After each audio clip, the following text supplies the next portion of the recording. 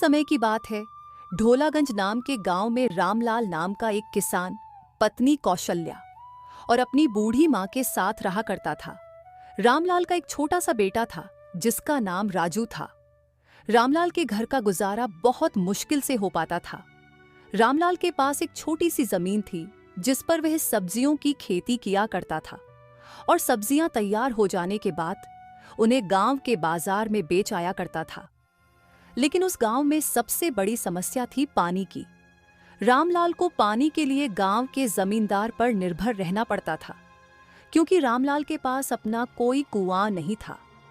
वह अपने खेत की सिंचाई जमींदार के कुएं के पानी से किया करता था। सब्जी ले लो, हरी भरी ताजी ताजी सब्जियां ले लो। केवल 20 रुपए किलो, केवल 20 रुपए किलो में हरी भरी ताजी ताजी सब्जियां ले लो। अरे रामलाल बेटा, कैसे हो? घर में सब ठीक तो है ना? और राजू बेटा कैसा है? काका, मैं ठीक हूं। घर में भी सब ठीक है और राजू भी बिल्कुल ठीक है। बोलिए काका, क्या चाहिए आपको? बिल्कुल ताजी ताजी सब्जियां हैं, अभी अभी खेत से तोड़ कर लाया हूं। बोलिए, क्या बांध दूं आपके लिए? रामलाल बेटा, मेरे लिए 1 किलो टमाटर और 1 किलो आलू बांध दो। ठीक है काका, अभी बांध देता हूं। अच्छा रामलाल बेटा, मैं चलता हूं, ध्यान रखना अपना। ठीक है काका, आप भी अपना ध्यान रखना और काकी को मेरा नमस्ते कहना।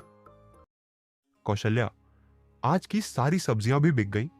यह लो, ये पैसे संभाल के रख देना।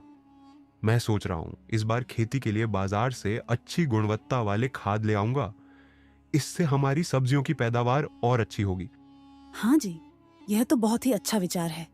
जितनी अच्छी सब्जियां होगी उतना ज्यादा लोग हमारी सब्जियां खरीदना पसंद करेंगे। एक दिन रामलाल अपने खेतों में काम कर रहा था। तभी वहां पर जमींदार धनीराम आता है और रामलाल से कहता है, रामलाल भाई, कैसे हो? खेतों का काम कैसा चल रहा है? मैं ठीक हूं धनीराम जी, और खेतों का काम भी ठीक चल रहा है। मैं ये कह रहा था रामलाल भाई कि मैं तुम्हें बहुत सालों से अपने कुएं से खेतों के लिए पानी दे रहा हूं, पर इस साल मैं तुम्हें अपने कुएं से पानी नहीं दे पाऊंगा। पर क्यों धनीराम जी? मुझसे कोई भूल हुई है क्या? नहीं रामलाल भाई, वह बात नहीं है।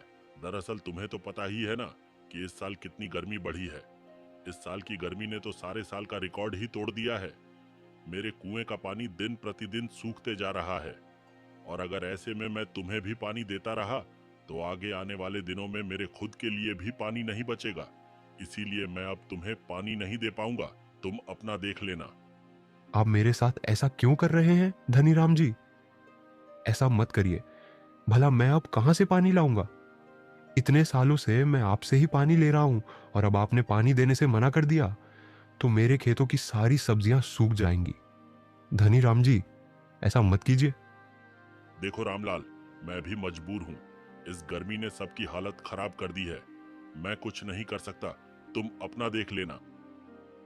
रामलाल मन ही मन बहुत दुखी हो जाता है और घर जाकर सारी बात अपनी पत्नी को बताता है। ये क्या हो गया भगवान? अब ये कौन सी नई विपदा आ पड़ी है? अब हमारे घर का गुजारा कैसे होगा? बिना पानी के हमारे खेतों की सिंचाई कैसी होगी? हे प्रभु, आप तो सब देख रहे हैं ना। अब आप ही कुछ हमारी मदद करो प्रभु, हम बड़ी दुविधा में हैं। जी, आप चिंता मत कीजिए, एक बार मैं धनीराम जी से बात करके देखती हूँ। यह कहकर कौशल्या जमींदार से मिलने उनके घर की ओर निकल पड़ती है।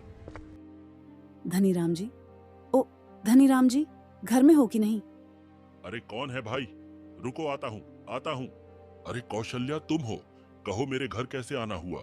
धनीराम जी, मुझे रामलाल जी ने बताया कि आपने हमें कुएं का पानी देने से मना कर दिया है। कौशल्या बहन, यह बात सच है कि मैं रामलाल को अपने कुएं का पानी लेने से मना कर दिया है, और इसकी वजह भी रामलाल ने तुम्हें बताई दी होगी। पर धनीराम जी, आप यह तो सोचिए ना कि हम इतने सालों से आपके ही कुएं के पानी से अपने खेतों की सिंचाई कर रहे हैं। हमारे पास कोई दूसरा साधन भी नहीं है। ऐसे में हम पानी कहां से लाएंगे और अपने खेतों की सिंचाई कैसे करेंगे? देखो कौशल्या बहन, मैंने इतने सालों तक तुम्हें अपने कुएं का पानी दिया है, और मैंने तुम्हें कभी भी पानी लेने से मना नहीं किया। लेकिन इस बार बहुत भारी गर्मी पड़ी है, मेरे कुएं का पानी सूखकर बिल्कुल कम हो गया है। अगर मैं तुम्हें अपने कुएं का पानी देता रहता हूँ तो इस गर्मी में मुझे पानी की बहुत परेशानी होगी। सुमित्रा जमींदार धनीराम को कुएं का पानी देने के लिए बहुत मनाने की कोशिश करती है, मगर जमींदार नहीं मानता है। कौशल्या दुखी होकर थक हार अपने घर की ओर निकल पड़ती है। क्या हुआ कौशल्या? जमींदार जी ने क्या कहा? जमींदार जी ने पानी देने से मना कर दिया। वह कह रहे थे, अगर मैं तुम्हें पानी देता हूँ तो मुझे गर्मियों में बहुत परेशानी होगी। पानी के बिना क्या होगा भाग्यवान? हमारे सारे खेत तो सूख जाएंगे। दोनों पति पत्नी इस बात से बहुत दुखी थे।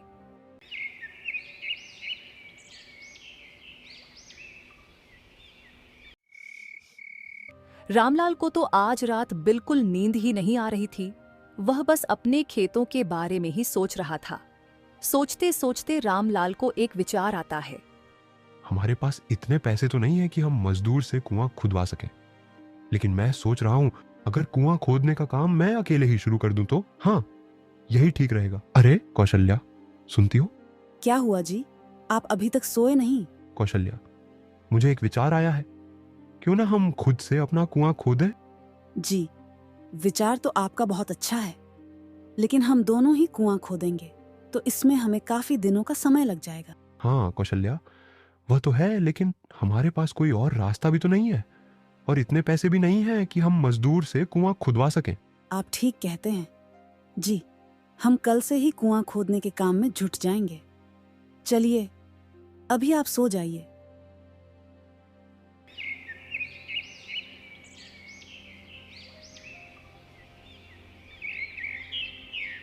अगले दिन दोनों अपने खेतों में पहुंच जाते हैं और वहां पर कुआं खोदने का काम शुरू कर देते हैं।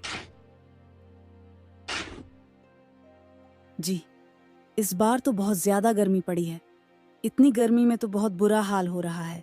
बार बार प्यास लग रही है। हाँ सुमित्रा, पर हमें धैर्य से काम लेना होगा। माना कि इस साल गर्मी बहुत ज्यादा है, लेकिन हमारे पास बस एक यही रास्ता है। इतना कहकर दोनों फिर से कड़कती धूप में कुएं खोदने का काम शुरू कर देते हैं।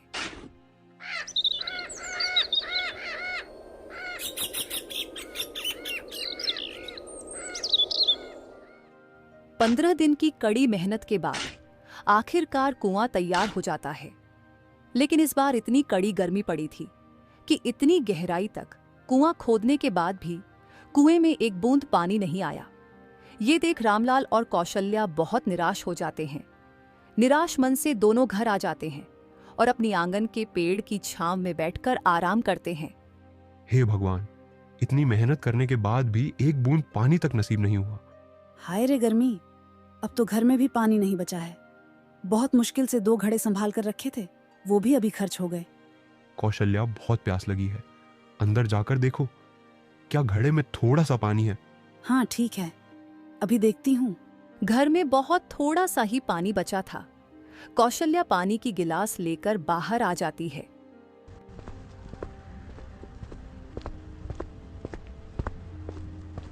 बेटा, क्या थोड़ा सा पानी मिलेगा? बहुत प्यासा हूं। गला प्यास से सूखे जा रहा है। दूर दूर तक कहीं पानी नहीं दिखा। कौशल्या और रामलाल साधु की ऐसी हालत देखकर उन्हें पानी दे देते हैं। मुझे माफ करना बाबा, हम गरीबों के पास इतना भी नहीं है कि पानी के साथ आपको कुछ खाना भी दे सकें। बस इतना ही पानी है, आप इसे पीकर अपनी प्यास बुझा लीजिए। बेटा, मेरे लिए बस यही पर्याप्त है। प्यासे गले को खाने की नहीं, बल्कि बस पानी की ही जरूरत होती है। धन्यवाद बेटा, मैं बहुत देर से प्यासा था। दूर दूर तक कहीं पानी नहीं दिखा। ऐसा लग रहा था बिना पानी पिए अभी चक्कर खाकर गिर जाऊंगा। लेकिन भला हो तुम्हारा, जो मुझे तुम दिखे। बाबा, आप तनिक यहाँ छाव में बैठकर विश्राम कर लीजिए, आपको अच्छा लगेगा। नहीं बेटा, अभी मुझे बहुत जरूरी काम के लिए जाना है। मैं रुक नहीं सकता। लेकिन हाँ, मैं तुम्हें एक चीज देना चाहता हूं। यह मटकी, ये बहुत पुरानी मटकी है जो काफी सालों से मैंने संभाल कर रखी थी। मैंने सोचा अब बुढ़ापे में मैं इसे लेकर कहां दर दर भटकता फिरूंगा। कोई भला इंसान दिखेगा तो उसे दे दूंगा। लगता है अब इस मटकी के लिए सही मालिक मिल गया है। ये लो, इस मटकी को तुम अपने पास रखना, और हाँ, इसे साधारण मटकी समझने की भूल मत करना। इस मटकी में तुम कोई भी ऐसी चीज डाल सकते हो जिसकी तुम्हें सबसे ज्यादा जरूरत है। अच्छा बेटा, तो मैं अब चलता हूं। इतना कहकर साधु वहां से चले जाते हैं। कौशल्या बाबा ने कहा, इस मटकी में वही चीज डालना जिसकी तुम्हें जरूरत है। अभी तो हमें पानी की जरूरत है, लेकिन इस मटकी में डालने के लिए हमारे पास पानी नहीं बचा है। रुकिए, मैं देखती हूँ। इस गिलास में थोड़ा बहुत पानी बचा है, क्यों ना इसे ही डालकर देखा जाए। कौशल्या गिलास में पड़े कुछ पानी की बूंदों को मटकी में डालती है और देखते ही देखते मटकी पूरी पानी से भर जाती है। ये देखकर कौशल्या और रामलाल आश्चर्यचकित हो जाते हैं। देखिए जी, ये तो एक जादुई मटकी है। देखिए, इसमें कितना सारा पानी है। हाँ कौशल्या, यह सब प्रभु की ही कृपा है। आपका बहुत बहुत धन्यवाद प्रभु। इस संकट की घड़ी में आप हमारे द्वार पर आए और हमारी मदद की।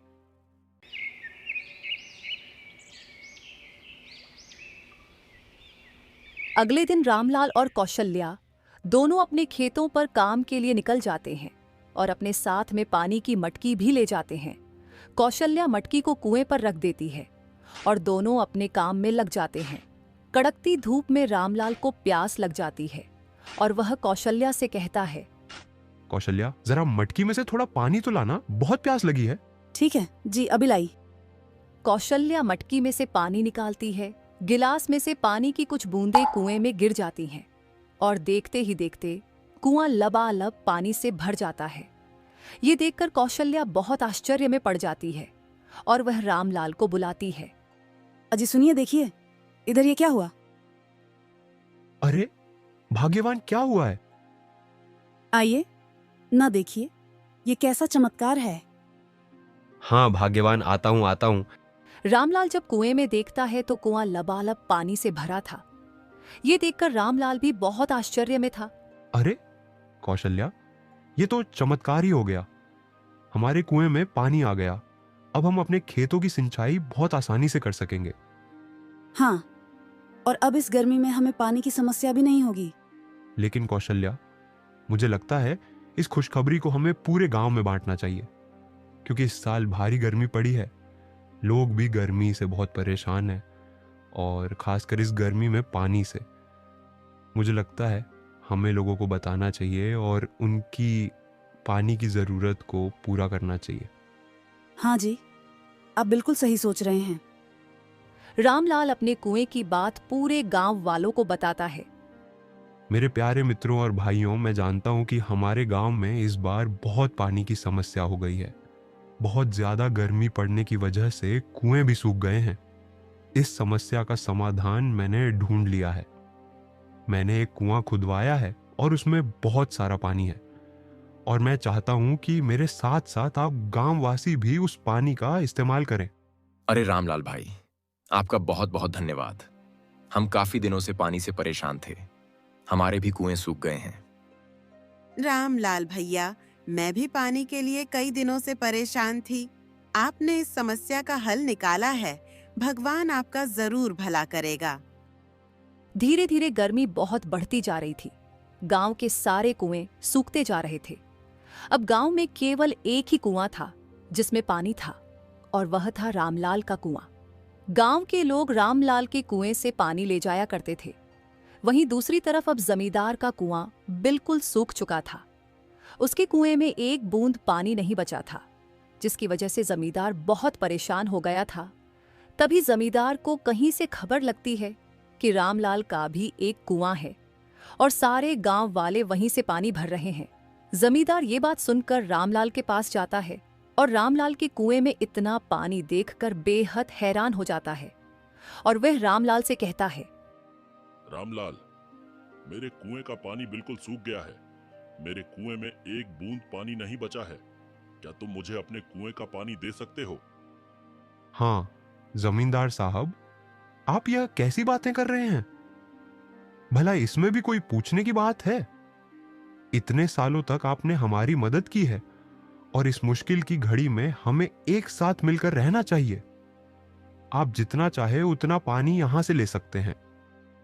रामलाल की यह बात सुनकर जमींदार को अपनी गलती का एहसास होता है और वह रामलाल से माफी मांगता है। रामलाल, मुझे माफ कर दो। मैंने तुम्हारे साथ बहुत बुरा व्यवहार किया। इस मुश्किल घड़ी में मैंने तुम्हारा साथ छोड़ दिया था, लेकिन तुमने मेरा साथ नहीं छोड़ा। धन्य हो तुम्हारे जैसे लोगों का। तुम्हारे जैसे लोगों की वजह से इस धरती पर अच्छाई अब भी जिंदा है।